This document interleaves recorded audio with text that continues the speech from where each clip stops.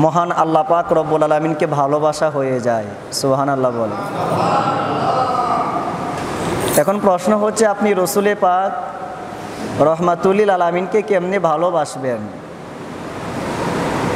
আপনি দেখেন নাই ওনার চেহারায় আনোয়ার, শোনেন নাই মধুর বচন, ওনার কথা মোবারক আপনি শোনেন নাই, কেমনে ভালোবাসবেন? আমার নবীজি বললেন, আহিব্বু আহলা বাইতি লিহুব্বি, তোমরা আমার আহালকে ভালোবাসো, আমার পরিবারকে ভালোবাসো, আমার হাসানকে ভালোবাসো, আমার হুসাইনকে ভালোবাসো, আমার আলীকে ভালোবাসো, আমার ফাতিমাকে ভালোবাসো এবং তাদের আওলাদকে ভালোবাসো। যদি তাদেরকে ভালোবাসতে পারো তাহলে আমি রসুলুল্লাহকে ভালোবাসা হয়ে যাবে। মুহররম মাস তাদের ভালোবাসা, তাদের প্রেম সর্বদিকে প্রসার করার মাস।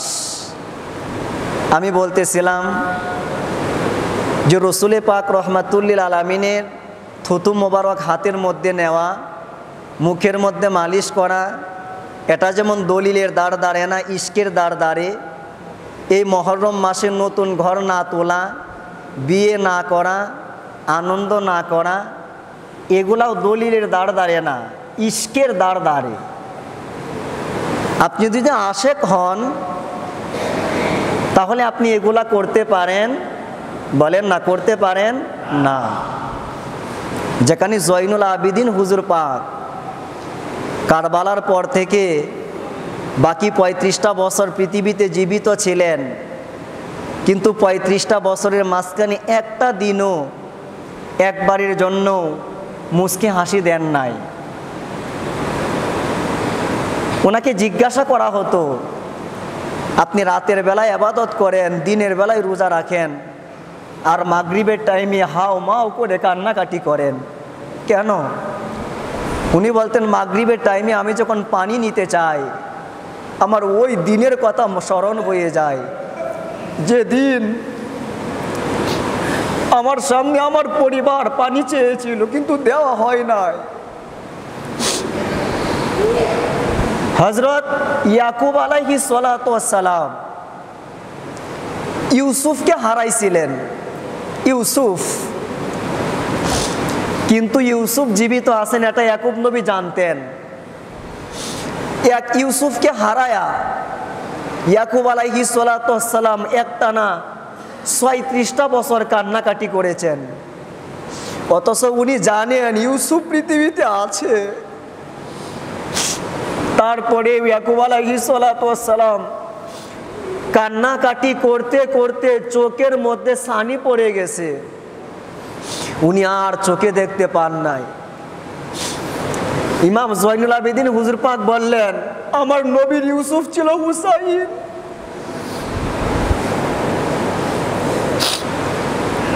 হুসাইন ছিল আমার নবীর ইউসুফ, নবীর ইউসুফ ছিল হুসাইন। সফর থেকে আসার পরে আগে হুসাইনকে খুঁজতো, আগে হাসানকে খুঁজতো, ফাতেমা হাসান কোথায়, হুসাইন কোথায়, নিয়ে আসো আমার কাছে, নিয়ে আসো।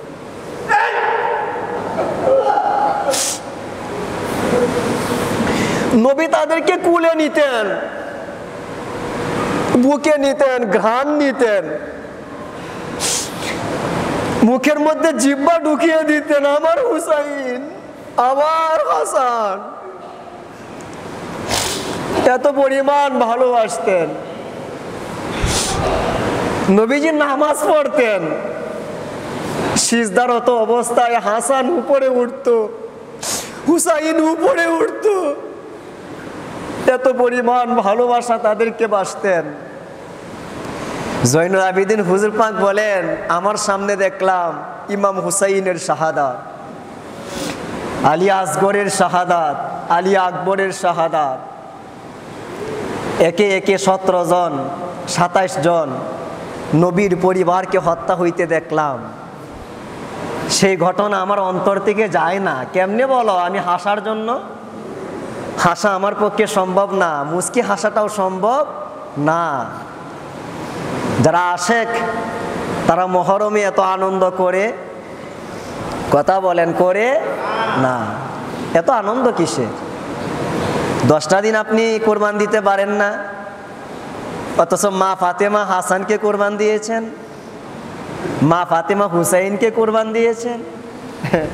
আপনারা শুনেছেন ওই যে ইসমাইল আলাইহিস সালাতু ওয়াস সালামের কোরবান শুনেছেন, মা ফাতেমার কোরবান শুনেন নাই। কানজুল উম্মালের ভিতরে বর্ণনা করা হচ্ছে, মদিনা শরীফ থেকে সামান্য দূরে একটা পাহাড়ের নাম, সেই পাহাড়ের নাম হচ্ছে গারে সিজদা, সেজদার পাহাড়। রাসূলুল্লাহ ওই পাহাড়ে একটানা 3টা দিন উম্মতের ব্যথায়, উম্মতের বেদনায়, উম্মতের চিন্তায়, নাজাতের চিন্তায় একটানা 3 দিন সেজদায় পড়েছিলেন। কার জন্য? আপনার জন্য, আমার জন্য। সেই রসুলকে ভালোবাসতে গিয়ে আজকে আপনার এত দলিল লাগে, এত দলিল লাগে আপনার, অথচ ওই রাসূলুল্লাহ 3টা দিন সেজদায় পড়ে আছেন শুধু আপনার জন্য। রসুলে পাকের কোনো গুনাহ নাই, যে বলবে গুনাহ আছে ইমানের দাবি সে কাফের। রসুলে পাক আগে থেকেই সাইয়্যিদুল মুরসালিন, আমলের দ্বারা হন নাই, তো সেজদায় পড়ে আছেন কেন? আপনার জন্য। উহুদে মার খান কেন? আপনার জন্য। তায়েফে মার খান কেন? আপনার জন্য। হাসরে ময়দানে চোখের পানি ছাড়বেন আপনার জন্য। ফুলসিরাতের ধারে দাঁড়াবেন আপনার জন্য। মিজানের কাছে দাঁড়িয়ে থাকবেন আপনার জন্য। হাসানকে কুরবান দিয়েছেন আপনার জন্য। আপনার এত দলিল লাগে নবীকে ভালোবাসতে, এত দলিল লাগে নবীকে ভালোবাসতে, আপনার এত দলিল লাগে। দলিল দরকার আমার। সেই রাসূলুল্লাহ পাহাড়ের মাঝখানে সেজদায় পড়ে আছেন, সাহাবীরা জানে না রসুল কোথায়। ওই সাহাবীরা বলতো, নবী গো, নামাজ পড়া 1 নাম্বার ইবাদত, কিন্তু আমাদের কাছে না। রোজা রাখা 1 নাম্বার ইবাদত, কিন্তু আমাদের কাছে না। হজ করা ইবাদত 1 নাম্বার, কিন্তু আমাদের কাছে না। তো তোমাদের কাছে 1 নাম্বার ইবাদত কোনটা? কয় আন-নাজরু ইলা ওয়াজহিকা। আপনি আমাদের সামনে দাঁড়িয়ে থাকবেন, আমরা গোলামের মতো আপনার চেহারার দিকে তাকিয়ে থাকবো, এটাই হচ্ছে আমাদের জন্য 1 নাম্বার ইবাদত। সেই সাহাবীরা 3 দিন ধরে নবীজিকে দেখতে পান না, সবাই পাগলের মতো হয়ে যাচ্ছেন। নবী কোথায়? আইনা রাসূলুল্লাহ, আমাদের নবী কোথায়? সবাই 3 দিন খোঁজাখুঁজি করলেন, পাইলেন না। অবশেষে ওই যে গাড়ি সিজদাতে গেলেন, গিয়ে দেখেন একটা রাখাল মেষ চড়াচ্ছে। বললেন, ভাই আমাদের নবীজিকে দেখছ? বলে, আমি তো ইহুদি, তোমাদের নবীকে চিনি না, তবে গত 3টা দিন ধরে এই 2 পাহাড়ের মাঝখানে একজন মানুষ সিজদায় পড়ে আছেন, ওনার কান্নাকাটির কারণে আমার মেষগুলা ঘাস খাইতেছে না, এত পরিমাণ কান্না। যাও গিয়ে দেখো উনি কে। সাহাবীরা গিয়ে দেখলেন যে উনি আর কেউ নয়, উনি হচ্ছেন মুহাম্মাদুর, বলেন না মুহাম্মাদুর রাসূলুল্লাহ সাল্লাল্লাহু আলাইহি ওয়া আলিহি ওয়াসাল্লাম। গিয়ে দেখলেন রাসূলুল্লাহ, সবাই কাকুতি মিনতি, নবী গো সেজদা থেকে মাথা তুলেন, তুলেন, আমরা আর পারতেছি না, বাড়িতে চলেন, একটু আমাদের দিদার দেন। কিন্তু নবীজি সেজদা থেকে মাথা তুলতেছেন না, কারণ সেজদায় পড়ে আছেন উম্মতের জন্য। যতক্ষণ না পর্যন্ত উম্মতের ডিক্লারেশন না আসবে, ফয়সালা না হবে, ততক্ষণ পর্যন্ত নবী আমার সেজদা থেকে মাথা তুলবেন না। সাহাবীরা বললেন, ইয়া রাসূলুল্লাহ, আমরা আপনার উম্মতের জন্য কুরবান হয়ে গেলাম, মাথা তোলেন। নবী আমার সেজদা থেকে মাথা তুললেন না। 250 বছরের সাহাবী সালমান ফার্সি হুজুর পাক, উনি বললেন, তোমরা চেষ্টা করলে সম্ভব নয়, কিন্তু মা ফাতেমা ডাক দিলে নবী আমার সেজদা থেকে মাথা তুলবে। সুবহানাল্লাহ বলে। সালমান ফার্সি হুজুর পাক গেলেন আম্মাজানকে ডাকার জন্য, মা নবীজিকে পাইলাম, আপনি একটু আসেন, একটু ডাক দেন, আমাদের ধৈর্য আর কোলাচ্ছে না, একটু ডাক দেন, রসুলকে নিয়ে আসেন। মা ফাতিমা যেই মাত্র ঘর থেকে বের হবেন, উনি একটা চাদর মোবারক নিলেন। এই চাদর দেখে সালমান ফার্সি হুজুর পাক চোখের পানি ছেড়ে দিলেন, কারণ মা ফাতিমা 8টা জান্নাতের সর্দারিনী, 8টা জান্নাতের লিডার, সমস্ত মহিলাদের সর্দারিনী। কিন্তু সেই মা ফাতেমার একটা চাদর মোবারকের মধ্যে 12টা তালি দেওয়া। কয়টা তালি দেওয়া? 12টা তালি দেওয়া। চোখের পানি ছেড়ে দিলেন। মা ফাতেমা গেলেন, আব্বাজান উঠবেন না? আপনার সাহাবীরা তো আর পারতেছে না, উঠেন। কিন্তু নবী আমার সেজদা থেকে মাথা তুলেন না, মাথা তুলেন না। বলেন উম্মতের চিন্তা আজকে সিজদায় মাথা তোলা যাবে না, ডিক্লারেশন না আসলে, ফয়সালা না হলে মাথা তোলা যাবে না। বলেন আব্বাজান, আপনি যেই হুসাইনকে বুকে নিতেন, যেই হাসানকে বুকে নিতেন, আপনি নামাজ পড়তেন, যেই হাসান আপনার কাঁধে উঠতো, যেই হুসাইন আপনার কাঁধে উঠতো, আপনি জামা মুবারক পরতেন, জামার ভিতরে এক সাইডে হাসান থাকতো আর এক সাইডে হুসাইন থাকতো। আপনি বক্তব্য দিতেন, কিন্তু হাসান আসলে আপনি বক্তব্য বন্ধ করে দৌড় মারতেন হাসানকে রিসিভ করার জন্য। যান, আপনার উম্মতের মুক্তির জন্য হাসানকে কুরবান দিলাম, হুসাইনকে কুরবান দিলাম, আপনি উঠেন, আপনি উঠেন। কানজুল উম্মালে লেখা হচ্ছে, আল্লাহ পাক বললেন জিবরিল যাও, তাড়াতাড়ি যাও, নবীজির কাছে যাও, গিয়া সালাম দাও, বলো আর কান্নাকাটি করতে হবে না, কুরবান কবুল হয়েছে।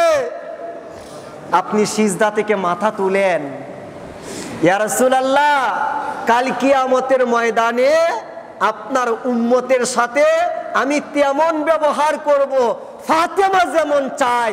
জবান খুলে বলেন না সুবহানাল্লাহ। সেই কুরবান কবুল হয়েছে, 10 মুহররমে কমপ্লিট হয়েছে। ওয়াফাদাইনাহু বিযিবহিন আযীম। আল্লাহ বলে আমি ইসমাইলকে বাঁচায়া দিলাম, জিবহে আযীম কবুল করে নিলাম, মহান কুরবানি 10 মুহররম। ভালোবাসতে শিখেন আহলি বায়েতকে, পাকে পাঞ্জাতনকে, মাওলা হাসানকে, মৌলা হুসাইনকে। কি পাবেন? মারিফাতু আলী মুহাম্মাদিন বারাআতুম মিনান নার। মানে তুমি একটু সময় হাসান সম্পর্কে জানবা, নবীর পরিবার সম্পর্কে জানবা, একটু পরিচয় লাভ করবা। এই পরিচয় লাভ করাটা তোমার জন্য কিয়ামতের ময়দানে জাহান্নামের আগুন থেকে মুক্তির কারণ হয়ে যাবে। তাহলে নবীর পরিবার সম্পর্কে জানলে জাহান্নামের আগুন থেকে মুক্ত করে দিবেন কে? প্রিয় নবীজি বলেন আরবাআতুন আনা লাহুম শাফিউন ইয়াউমাল কিয়ামা। আমি 4 জন ব্যক্তিকে কিয়ামতের ময়দানে 4 প্রকার ব্যক্তিকে শাফায়াত করব। 1 নাম্বার আল মুকাররিমু আল মুকরিমু লিযুররিয়াতি, যারা আমার আহলি বায়েত পাকে পাঞ্জাতনকে মহব্বত করবে, আমি রাসূলুল্লাহ তাদেরকে শাফায়াত করব। 2 নাম্বার ওয়াল কাদি লাকুম হাওয়াইজাহুম, যারা আমার পাক পাঞ্জাতনের বিপদের সময় পাশে দাঁড়াবে, প্রয়োজন পূরণ করে দিবে, আমি তাদেরকে শাফায়াত করব। 3 নাম্বার ওয়াসাঈ লাহুম ফি উমুরিহিম, আহলে বায়াতের উমর আদেশ যারা সরাসরি মান্য করবে, আমি তাদেরকে শাফায়াত করব। 4 নাম্বার ওয়াল মুহিব্বু লাহুম বিকলবিহি ওয়া লিসানিহি, যারা অন্তরের মাধ্যমে, জবানের মাধ্যমে কথার মাধ্যমে, লিখনের মাধ্যমে, আচরণের মাধ্যমে, বক্তব্যের মাধ্যমে, মিম্বরে বসে ওয়াজের মাধ্যমে, খাবারের মাধ্যমে, মহরমের মাধ্যমে আমার আহলে বায়াতকে অন্তরে এবং জবানে ভালোবাসবে, আমি রাসূলুল্লাহ কিয়ামতের দিন তাদেরকে শাফায়াত করে জান্নাতের মেহমান বানিয়ে দেব। ফখরুদ্দিন রাজি রহমাতুল্লাহ আলাইহি তাফসিরে কবিরের ভিতরে বলেন, ইমাম জারুল্লাহ জামাকশারি তাফসিরে কাশাফের ভিতরে উল্লেখ করেন, মান মাতা আলা হুব্বে আলে মুহাম্মাদিন মাতা তাইবান, যারা নবীজির পরিবারকে ভালোবাসবে, মহরমকে ভালোবাসবে, পাক পাঞ্জাতনকে মহব্বত করবে, হাসান হুসাইনকে মহব্বত করবে, মৌলা আলী মা ফাতেমাকে ভালোবাসবে, আমার রাসূলুল্লাহ তাদের জন্য 8টা পুরস্কার ঘোষণা করেছেন। জবান খুলে বলেন না সুবহানাল্লাহ। 1 নাম্বার মাতা তাইবান, যারা পাক পাঞ্জাতনকে মহব্বত করবে তাদের মরণটা তওবাকারীর মরণ হিসেবে কবুল হবে। 2 নাম্বার মাতা মাগফুর আল্লাহু, যারা আহলে বায়াত পাক পাঞ্জাতনকে মহব্বত করবে আল্লাহ পাক কোনো না কোনো সিস্টেমে তাদের যাবতীয় গুনাহ মাফ করানোর পর মরণ দান করবে। 3 নাম্বার মাতা মুস্তাকমিলাল ঈমান, যারা পাক পাঞ্জাতন হাসান হুসাইনকে মহব্বত করবে এরা পরিপূর্ণ ঈমান সহকারী মৃত্যুবরণ করবে। 4 নাম্বার মাতা শাহিদান, যারা আহলে বাইত পাকে পাঞ্জাতনকে মহব্বত করবে এরা ঘরের ভিতরে মরলেও এদের মরণটা শহীদের মরণ হিসেবে কবুল হবে। 5 নাম্বার বাশশারাহু মালাকুল মাউতি বিল জান্নাহ সুম্মা মুনকারু ওয়া নাকির, যারা পাক পাঞ্জাতন আহলে বায়াতকে মহব্বত করবে এদের জান কবজ করার আগে স্বয়ং আজরাইল তাদেরকে জান্নাতের সুসংবাদ দান করবে। এরপরে সুম্মা মুনকারু ওয়া নাকির, এই উম্মতগুলা যখন কবরে যাবে মুনকার নাকির প্রশ্ন করার আগেই তাদেরকে জান্নাতের সুসংবাদ দান করবে। এরপরে ফুতিহা লাহু ফি কবরিহি বাবানে ইলাল জান্নাহ, যারা আহলে বাইত পাকে পাঞ্জাতনকে মহব্বত করবে আল্লাহ পাক তাদের কবর থেকে জান্নাতের 2টা দরজা ওপেন করে দিবেন। জাআলাল্লাহু কবরাহু মাজার মালাইকাতির রাহমা, যারা আহলে বাইত মহব্বত করবে পাকে পাঞ্জাতনকে মহব্বত করে কবরে শুয়ে যাবে কিয়ামত পর্যন্ত সেই কবরটাকে আল্লাহ পাকের রহমতের ফেরেশতারা চতুর্দিকে জিয়ারত করতে থাকবে। সর্বশেষ ইয়াজিফু ইলাল জান্নাতি কামা তাজিফুল উরুস ইলা বাইতে জাওজিহা, দুনিয়ার একজন জামাইকে যেমন আদর করতে করতে বিয়ের দিন শ্বশুর বাড়ির লোকেরা মিছিল দিতে দিতে বাড়িতে ঢুকায়, যারা দুনিয়ার জমিনে আহলে বাইত পাকে পাঞ্জাতনকে মহব্বত করবে কাল কিয়ামতের ময়দানে আমার আল্লাহ ওদেরকে ঠিক তেমন ভাবে মিছিল দিয়া দিয়া নারা দিতে দিতে তাকবীর দিতে দিতে জান্নাতের মেহমান বানায়া দিবেন। জবান খুলে বলেন না সুবহানাল্লাহ। সেই পাক পাঞ্জাতনকে মহব্বত করার দরকার আছে না নাই? কথা বলেন, দরকার আছে না নাই? অন্তত মহরমের 2টা রোজা, বলেন কয়টা? 9, 10, 9, 10, 9, 10 অবশ্যই রাখবেন। বউকে রাখাবেন, সন্তানকে বলবেন, পরিবারকে শিক্ষা দিবেন। অনুরোধ 10 মহরম জিন্দা রাখবেন। এটাই আপনার সুযোগ সত্য মিথ্যা পার্থক্য করা।